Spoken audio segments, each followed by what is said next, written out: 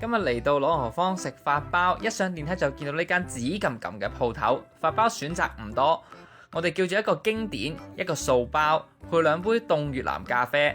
老婆話佢嗰杯小冰味道濃啲，雖然味道唔差，但係屯門法包杯咖啡烘焙味就重啲。經典法包入邊有芫茜、醃蘿蔔、洋葱、炸肉、豬肝醬、黑椒、青瓜，食落法包好脆，缺點係會食到成口損晒。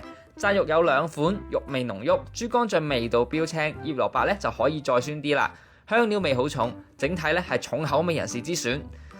素包格局差唔多，只不過炸肉同豬肝醬咧係素嘅，味道以假亂真，幾乎分唔清楚邊個打邊個，係一個冇野獸味嘅經典法包。